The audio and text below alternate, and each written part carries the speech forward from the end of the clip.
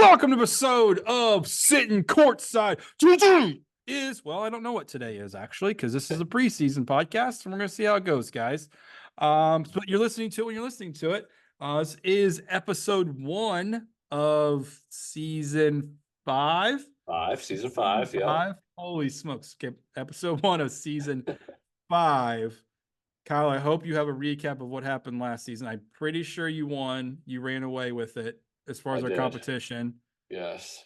I did have 1,000 plays, which was the you broke the barrier. I think we all hit our goals last year. We had a great Final Four, but I'm gonna quit talking. I'm gonna let you recap a little bit of where we were, where we're going. I'm excited for this season. I hope you all are too. So let's go. Yep. I don't have too much of a recap. I don't have I know I did beat you. We knew that going into March Madness. So yeah.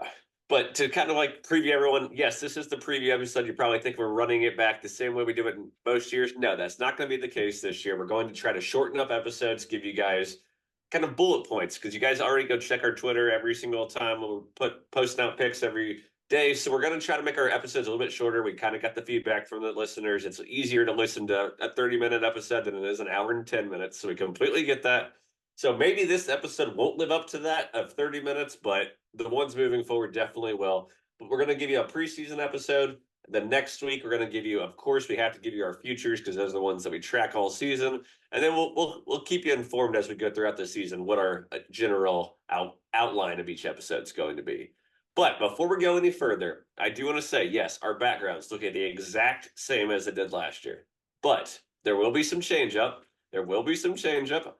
I think we got a little bit of a preview here. Yes, if you look at Jordan's screen right now, the backgrounds will be changing. So, Bob, do not worry. Your hard work will not go unnoticed. But we're still in preseason form, just like the teams are, just like the coaches are. So it'll be set up for the next podcast and throughout the season. So that's a little bit of preview of what's to go. But today we're going to try to catch you guys up on what happened in the preseason, what to look forward to the season, and of course, where the hell is everybody playing? Because the NIL, you have no idea where these guys are. Oh, yeah. But, of course, we have to start out with who are the top 5 teams, because we all know this is going to change throughout the season. But back-to-back seasons now, the very top team is Kansas, getting 30 out of 60 votes. If you recall, last year they were the preseason number 1. Bizarre year for them. They went 23-11, 10-8. We were not on Kansas last year. We constantly just kept pushing away. Hunter Dickinson, well, he's back. Just to let you know, that's an early who's back. He's back. And so, yeah, they're number 1, getting 30 out of 60 votes. What are your thoughts on Kansas being back-to-back preseason number 1s? I'm still off of them. I'm still off. I know Hunter Dickinson is who we think he is. He's a lazy big man that is stayed in college for a reason. Now, they did get, what was it, the number 2 recruit in the country? Out of Indiana. For some reason, I'm already forgetting his name because he's irrelevant. I don't think he's going to play a lot. We're still in the preseason here, guys. I don't think he's going to play a lot, though. What is his name?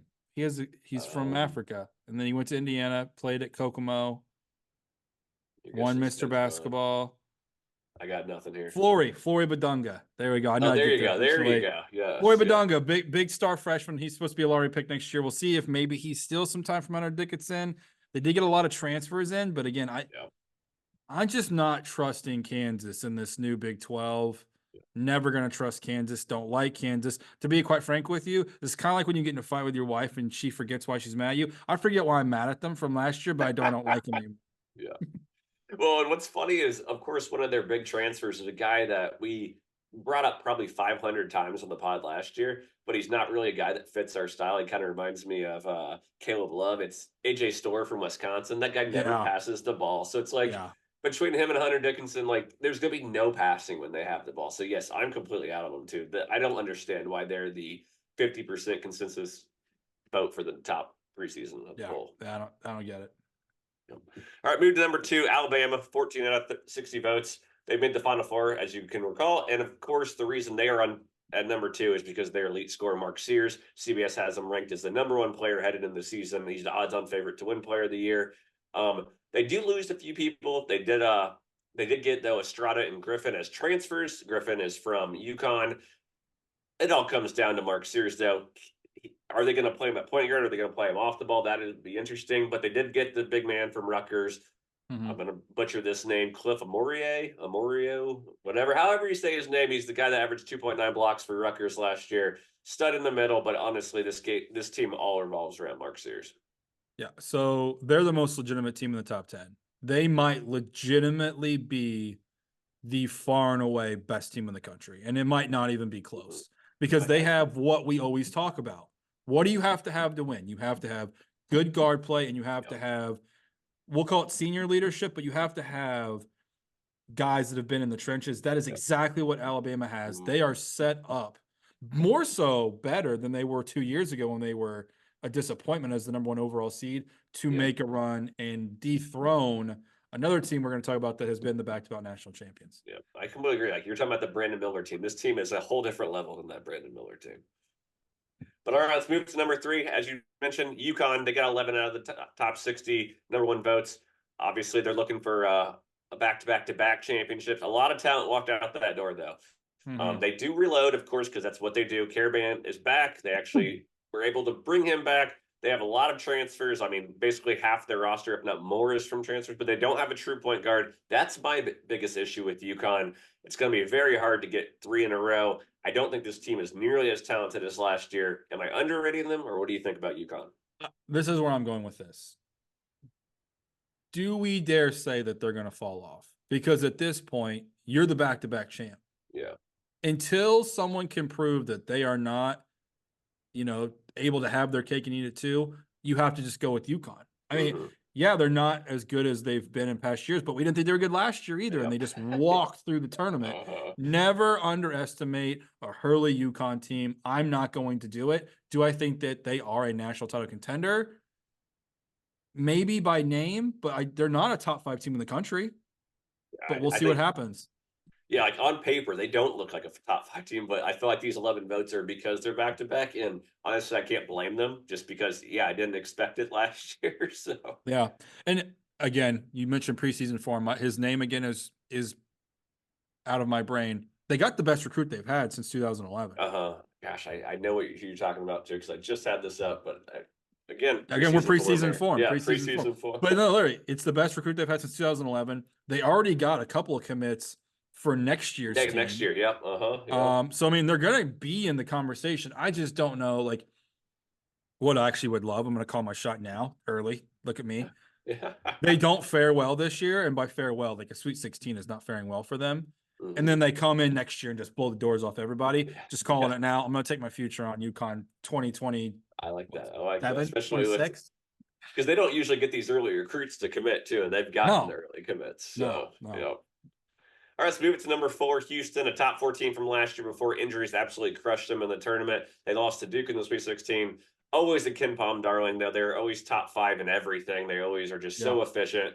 Obviously, they lost Jamal Shed from last year, but basically everybody but that returns. I actually read today that they have what is considered the second best power forward at defense. He's actually coming off the bench because they have the best power forward at defense. Classic. So they finished second last year in defensive efficiency, according to Ken Palm. Probably the odds on favorite to finish first. Houston, always a tough out. I think they're rightfully so in the top 5. Yeah, I think that's fair. I also think that just saying the first 4 teams that we've said will go along with what I'm about to say here too. This is the laziest top 5 I think you could put out, which probably is maybe like a little bit of a testament to how even it kind of does feel. Like there's a lot of teams on that fringe between like 22 and 30 that were shuffled amongst the different polls you don't usually see. I do think it's a little bit more even. I do think Alabama is going to be much better than everyone. But it did feel a little bit like lazy of a top 5. Like, no shit, these teams, you put them there. They've been there for the last 3 years. Yeah, let's go with 3 #1 seeds from last year. And then Kansas, they were #1 at the preseason. Let's just do that. Right. All right, number 5. This team actually shocked a lot of people last year. They went 27-7, won the Big Ten tournament champ, lost to Illinois in the Sweet 16. Iowa State comes in at number 5, and we know exactly who they are. Elite at defense. Yes. They have their lead point guard returning. It's just how much points can they score? It's always Iowa State's issue. It's my biggest concern with them. I don't think they'll stay a top 5 team all year, but it is, again, of course, a very talented defensive team. Yep. So, bit of a surprise, I will admit. Not due to the lack of talent, but more so like they never get this much respect early. Exactly. Ever. This is like a team they've always put like 10 to 14 that starts out like 17-2, and then they have to put them like number 3 in the country because everyone else is losing. And then they play a team that can score, and then they start the bottom falls out from under them. I'll be honest, they didn't give me a good list. Every year I always tell you there's a top 5 team I think is going to fall out of the top 25. I think by just default I have to go with Iowa State. Yeah, I was about to say I don't see any of the other 4. I don't really think they are though, but like default, I think that might have to be my pick this year because they are the least talented of the top 5 teams. But yeah, that was really the only thing with them is like I was shocked that they're already like they're a top 5 team. Yeah, and just to like give it some like facts or like some stats behind this: Kansas, Alabama, UConn, Houston, all within 100 voting points of each other. Then you have to go down from Kansas at number 1 to Iowa State at number 5, nearly 300 votes. Yeah. So it is just it's insane chasm between these teams right now. But okay, those are the top 5. Everyone knows the top 5. If you like college basketball, you've already looked at the rankings. Do you have any notables outside the top 25? Because I have 4 that I would like to discuss. I have 3. Okay. I want to do my last one though when we transition to our next segment because I think it's gonna be the perfect transition. You're gonna love it. Okay. So I'll go first one off the top. You cannot trust IU until they prove it. Yeah. They're in the top 25. They're getting a lot of ranking off of a lot of nothing, quite frankly. Like this is the same style of team that Woodson has rolled out 2 years in a row. They're supposed to have a ton of talent. They're supposed to be tremendous at guard play, and they always do what Indiana does. They turn the ball over, they think they can shoot threes, and they end the year shooting like 41%, and they stink. Yeah. I'm not trusting this IU team as far as I can throw them, and I'll tell you right now, I have terrible shoulders, so I ain't throwing them very far. I like it. I mean, I think if anyone's listening to this podcast, they always know we're pretty hesitant to back an IU team that's getting a lot of support. So, and that's hard for me. Okay, that's hard for me when I have my wife who is an IU alum and loves them to death. Yeah, exactly. And I have to tell her, honey, I'm sorry, your team stinks. All right, you want me to give my first one? Yeah, let's go for it. Obviously, I'm going to go with Duke, number 7. Expectations super sky high. It's Final Four or bust. Obviously, Cooper Flag. Everyone listening has probably heard of them. They have Proctor coming back. 4 good transfers, including Mason Gillis. That'll be fun for my family because they're all Purdue fans now playing for Duke, so that'll be kind of fun. But they play 4 teams in the top 25 in the first month of the season, so we're going to get to see how good Duke is very quickly this season. Yeah. Also, since you brought it up, this is also perfect for me. I wanted to get your thoughts on this, or just throw it out to everyone right now. Cooper Flag, supposed to be like the next great thing, right? Yeah. Fun fact: you cannot bet him to win the Wooden Award on any of the major sports books. Really? I didn't know that. Not a single one. Wow. And I looked up some statistics of like why would the books do this, and every single thing was, oh well, generally the books like to hold on freshmen until they can prove themselves worthy of being rated or getting any type of odds. Freaking Ace from Rutgers is like has the 7th best odds. He's a freshman, and I don't even think he'll be the best freshman in the Big Ten. No. Was it Ace Bailey? He might not even be the best freshman on his own team. Yeah. So I'm like, okay, so what you're telling me is it's speaking of IU, it's the IU conundrum that I called out 6 weeks ago in college football. They know there's a ton of value in Cooper Flag, and they refuse to give it to you, just like IU in football. They refuse to give you that they can make the playoff because there's too much value. Yeah. Well, you already brought him up, so I'm going on to my next team because you just brought up Ace Bailey. I'm going to bring up Rutgers, number 25. They just got ranked because of their top 2 recruits, number 2 and number, I think, 12. It's Ace Bailey, as you mentioned, and Ron Harper's son, Dylan Harper.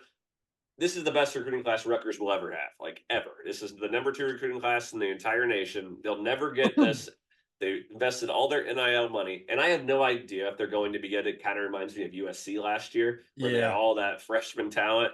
But they ranked them just because they knew people wanted to watch them. They play Alabama, Houston in the first month in back-to-back games.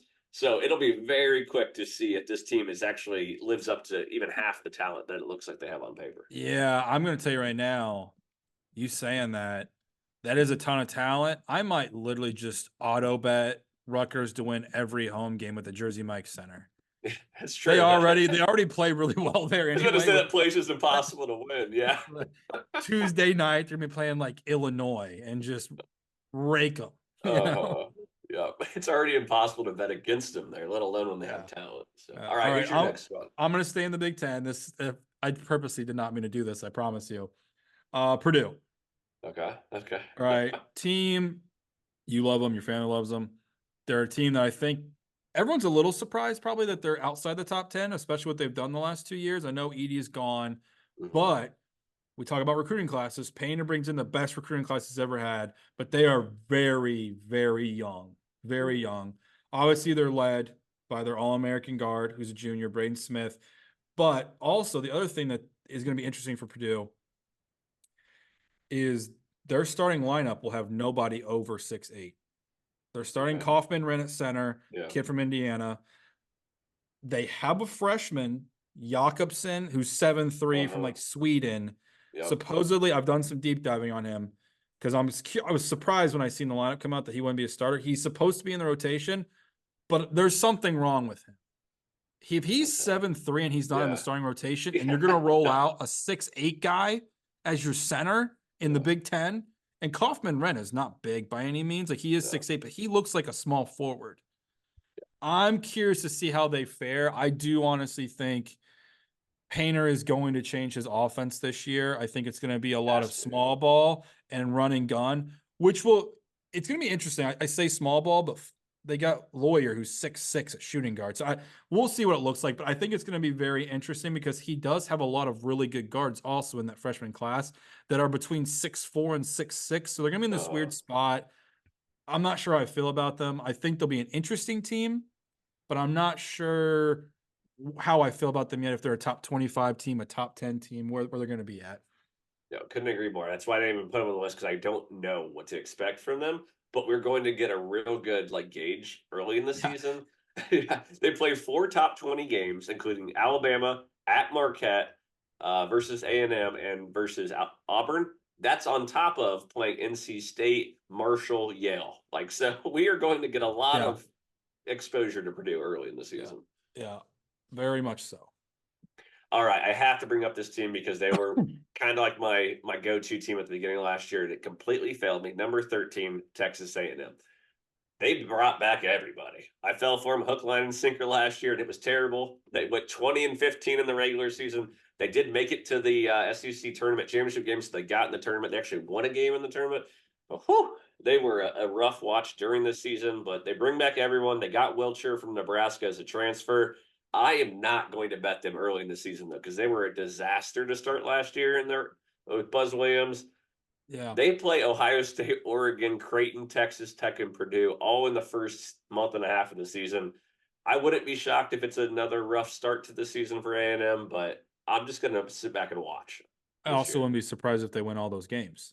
You have to remember, they didn't start off too bad. Yeah, they lost some, the games that we thought were supposed to be close. They weren't close, but they were filled with injuries there at the beginning of the year. Yeah, which is why, if you remember, at the end of the year, we were like, maybe, because everyone was back. So I'm with you. We'll see what happens, but I could see them going 1-4.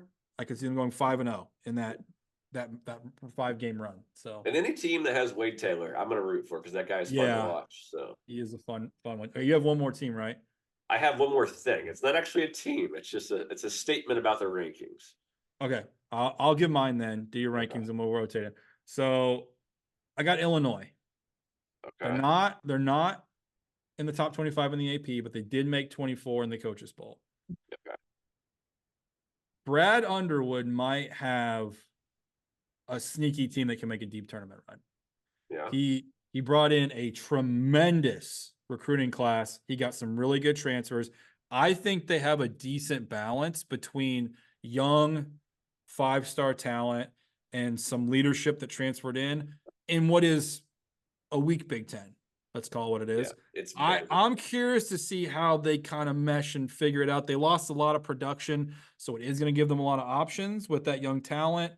I don't want to give away some of my other things I'm going to talk about, but you'll figure out here in a moment where I'm going with this Illinois team. But that's another team I could see them dominating the Big Ten with what Brad Underwood has got. By the way, fun fact, his middle name is Cole, and once you find that and look at a picture of him, he couldn't look more like a Cole. He is Cole. Why he goes by Brad, I have no idea. He messed that up. He messed that up. Why did none of his friends just call him that? Yeah. All right, my last point about the top 25 is yet again, we just got another year where it's complete disrespect. Not a single Mountain West team even received a single vote for the top 5. Not that they're not in the top 25. Not a single one outside of Boise State received a vote. So it's just unfortunate for our Mountain West folks. Yeah, just the disrespect for the Mountain West, I tell you, man. It really. And yet there'll be a team that just rides in the top 25 from like early December all the way through They the rest will of the year. Legitimately watch this. All right, here we go. I'm gonna record it. January 1, they'll have 3 teams in the top 25. Yep, I agree. Couldn't agree more. We've been doing this since college, watching these teams. Yeah. So yeah. All right, let's move it on to some top freshmen, just in case you guys have not been paying attention to where these freshmen are at. Obviously, we'll start with the number 1 freshman, Cooper Flag at Duke. There's not really much to say about it. Had a great Team USA. He played really well against the pros. Obviously, sky's the limit. Number 2, though, Ace Bailey, Rutgers. I really don't know too much about the guy. I've actually heard more about his teammate, Harper. But on paper, stud offensive player, good shooter. But that's really all I know about him. What do you have on Ace Bailey? So, fun fact, my top freshman, Ace Bailey and Dylan Harper, going to Rutgers. They're both lottery picks. They're supposed to be lottery picks. So that makes me curious what this looks like, because Ace Bailey, when you look at him, they have him listed at 6'10". 247 had him listed at 6'8". So I'm already like, okay, what is he? Yeah. He's extremely undersized.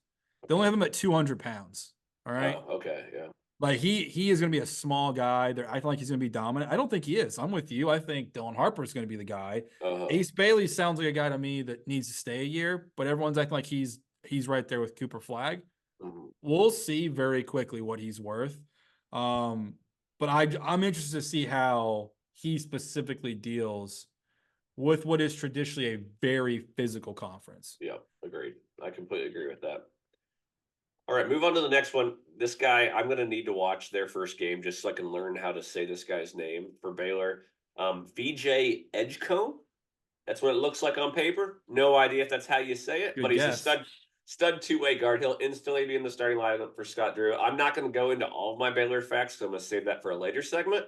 But this guy, I think he's kind of just didn't play at a giant high school, so he didn't get the Cooper Flag recognition and Ace Bailey recognition.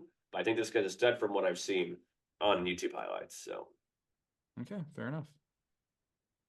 All right, Liam McNeely, the best freshman at UConn currently. He's a 6'8" sharpshooter. I mean, they need him to basically knock down his threes. And then I have also my last guy as a top freshman to know is Donovan Freeman. He's a top 10 forward. He's the first top 10 forward to go to Syracuse since 2012. He needs to lead the Orange back to like relevance because I'm really sick of Syracuse not being good.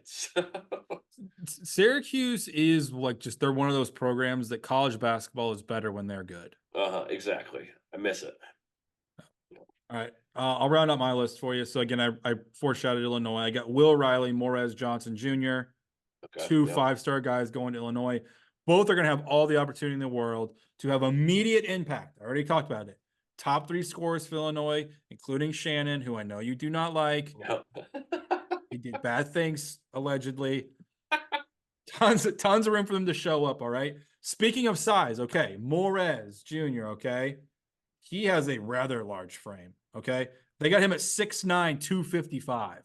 That is a man that is going to force his way into the paint. Yeah. And Ace Bailey's going to look like like it's not going to be good for him. Yeah. But I do love that tandem. I haven't seen a lot about Will Riley, but everyone says he's an extremely good ball handler. Okay. So they apparently have their point guard, right? So that's why I like Illinois. They're going to have some guys that can calm down these young freshmen that are extremely talented.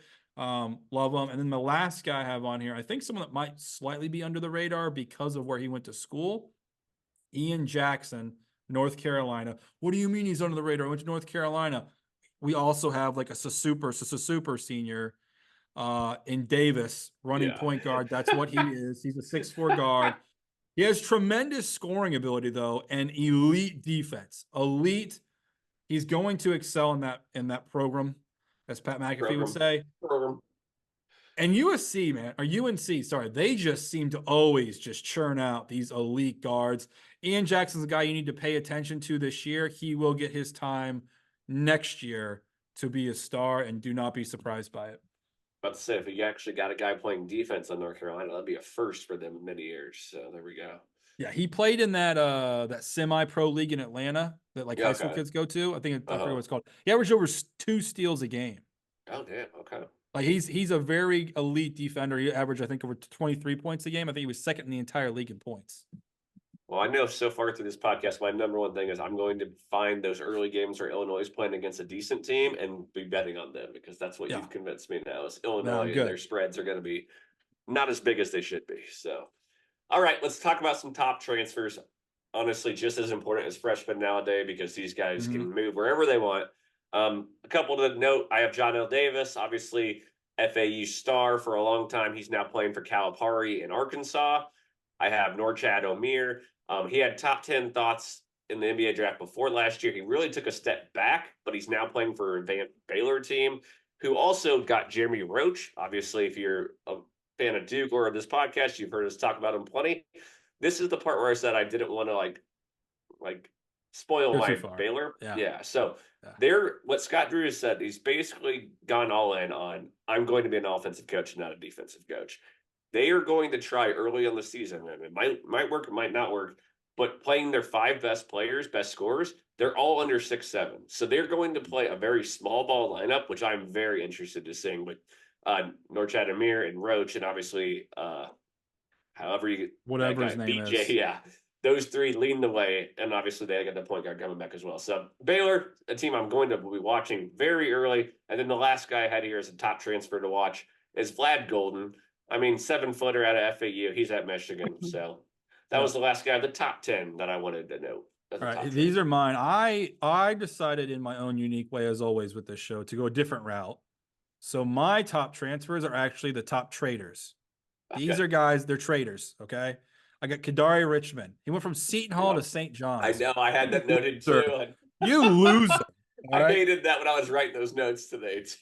Yeah, maybe a bigger loser, Kobe Johnson, guy we talked about last year. He transferred from USC to UCLA. What a loser. All right. This one I can't be as mad about, but I had to throw it down there. Michael Ajayi. He went from Pepperdine to Gonzaga. You can't really be mad at a guy for trying to step up, but still, in conference, you're a traitor. Yeah. And then my last one, oh, that's right. The entire UK roster went to Arkansas. Yeah, they certainly did. They're like, oh, take the bus down with them. Okay, one more transfer. We have to bring this up. Robbie Avila, our boy from NC State, follows his coach to St. Louis. We'll talk more about that, but I'm just saying, it still hurts to see it every time I look on any of these college basketball sites. Yeah, I was leaving that one specifically for you. I thought for sure you'd have it on your list. All right, so we got about 4 minutes left, so let's go through our quick off stories. I can hammer this away easy. Okay, so MussBus to USC from Arkansas. What do you think happens with MussBus out there on the West Coast? Yeah, you guys know I'm a MussBus guy, but that's a soft team. They're not going to bode well in the Big Ten. Okay. Mark Pope from BYU to his alma mater at UK. What do you think he does there? That's exactly what Big Blue Nation needed. They needed to bring in a winner. They needed to bring in some grassroots, quit chasing the big name. I don't hate the move, but I also am curious to see how that pans out. All right, so you're the college football guy, so this is kind of why I wanted to bring this up. 18 teams in the Big Ten. Just 3 are ranked, so we have parity out the wazoo currently in the Big Ten. How does this fare out for the Big Ten, and how does travel affect it? I hate the travel thing. It might affect them more in January whenever they have games on like the Tuesday, Wednesday, Thursday slate, and it is across country. Big Ten, if you screw someone, that's on you. But ultimately, the way I took this was there's only 3 ranked teams. It's the Purdue effect. Yeah. Purdue has owned this conference for 2 straight years, predominantly 3, honestly. And Purdue's a boring team to watch the last few years. That's what it is. The voters looked at the Big Ten and go, oh, this is a boring conference. You get 3 teams. All right. Before we move into the last point, did you have any other offseason storylines you wanted to hit? Nothing else, buddy. All right. So Indiana State last year, if you watched or listened to this podcast, you know they captured our heart. They were a podcast team. We got absolutely crushed when they didn't make the tournament. We love Samford. They shot their way to being a darling going into March. Grand Canyon won 30 games. Who is your early dark horse to become our podcast team? I think there's only one very obvious pick. If we want to go with a team that's going to make the tournament, because I don't see how this team doesn't, it has to be Grand Canyon. Okay, Grand Like Canyon. they're a fun team, right? Like they're fun. Yeah. They sell out. That seems like the obvious pick. Yeah. But then sticking to our roots, I have insert Mountain West team. Okay. Okay. There are 3 teams I think that can vote for our heart this year. Okay. Boise, Colorado State, and UNLV. I think all 3 of those teams can make a run. I always have a soft spot for Colorado State. I always know, do. I know. All right. But those are the 4 teams I think right now. Maybe someone else will surprise us. All right, let me pitch one more to you here. Okay. All right, UAB. We didn't get on them till end of the season last year. Okay. They won the American Conference tournament, or they won the American Conference tournament last year. Made the tournament. They had their leading scorer returning. He's 6'9", 240. He's a senior. They also have their 3rd and 4th scores. So they just lost their 2nd best scorer. That was it from their top 4. They all are tall veteran guards too. So all these guys, tall veterans, were good to go. They also added double-digit scores from Iona, Georgia State, and St. Louis. All also have played at least 4 years of college basketball. I like Andy Kennedy. Memphis is the favorite in the conference, but nobody is ranked. We know FAU is going to fall off. So that is my early team to capture our heart and be our podcast team. And one more, or 2 more little points on them. They were a top 10 team in luck last year, and they have a guy named Tony on their team. I think I'm sold already. You've sold me because I hate Memphis now. I hate them. They need someone to throw the UAB Blazers. Yeah. Buddy, I think, and they have literally that is a podcast team. Tremendous guard play. They're very senior leadered, good at luck, in a shitty conference. I mean, and they got a guy with the same name, Tony. I mean, yeah, Tony. What can we talk about?